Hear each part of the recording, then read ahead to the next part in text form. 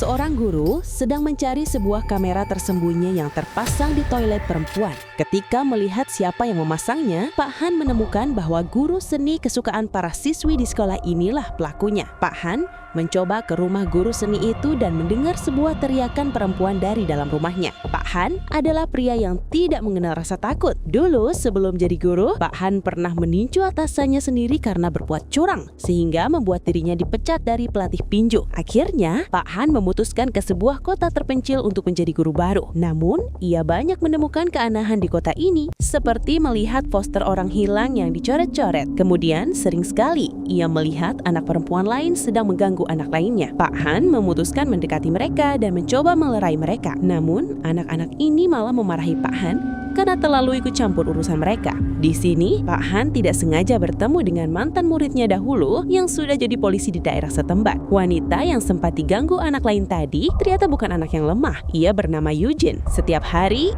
Eugene selalu mampir ke rumah sahabatnya yang menghilang untuk memberikan makanan kepada neneknya yang sendirian. Soo-yeon adalah sahabat Eugene. Mereka begitu dekat sampai akhirnya kini Soo-yeon tidak pernah kembali ke rumahnya.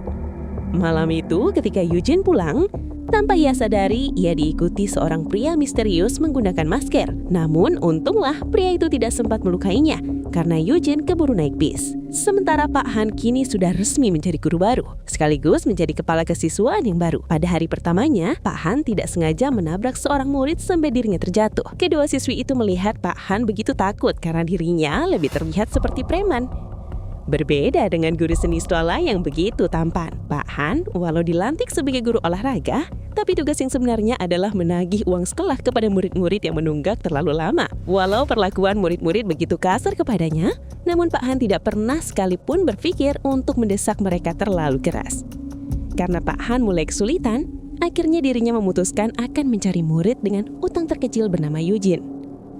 Pak Han berhasil menemukan wanita itu, di mana Eugene tidak mau membayarnya.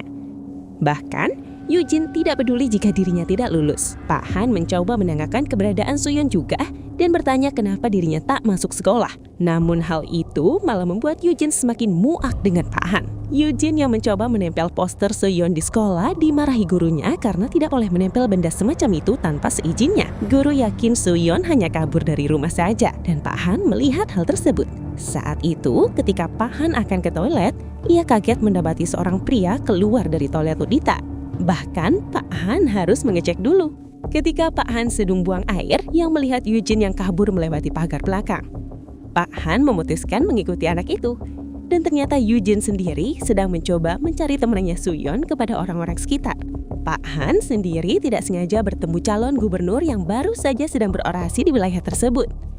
Pejabat itu sebelumnya ia temui di sekolah tempat dirinya mengajar sedang melakukan kunjungan. Eugene sendiri berbekal bukti yang ditinggalkan Soo-yeon menemukan tempat kerja lama Soo-yeon, yakni sebuah klub malam. Pak Han melihat anak itu sedang mencoba menerobos masuk ke dalam klub tersebut.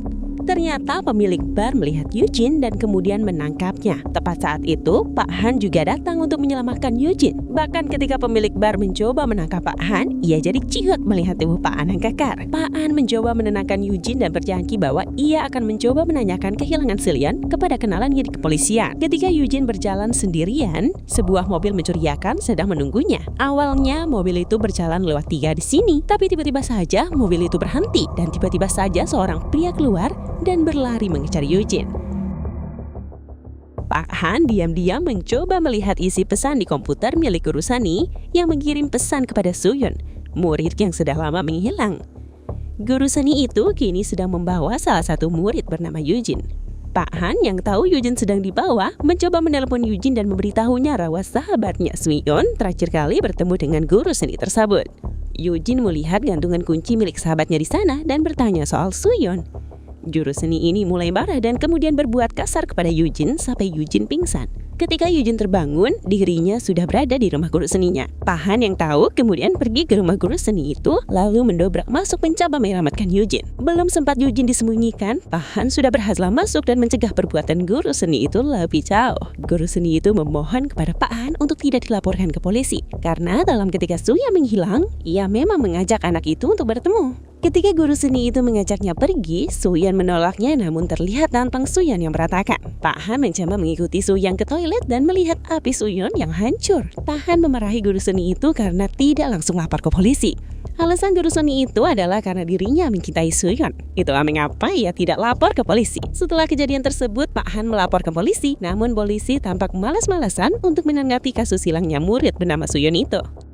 Mantan murid Pak Han juga meminta Pak Han untuk jangan terlalu mencampuri urusan ini, karena polisi akan mengurusnya. Guru sendiri sudah dilaporkan ke polisi untuk diperiksa karena ternyata saat itu Eugene sudah menelpon polisi duluan. Di tempat berbeda, seorang calon gubernur tengah mendapat kabar dari anak buahnya. Ia mengabarkan bahwa anaknya membuat masalah dan ternyata guru seni ini adalah anak kandung calon gubernur ini. Berita buruk soal guru seni ini sudah menyebar. Pelakunya tidak lain adalah Eugene yang mencari keadilan untuk temannya.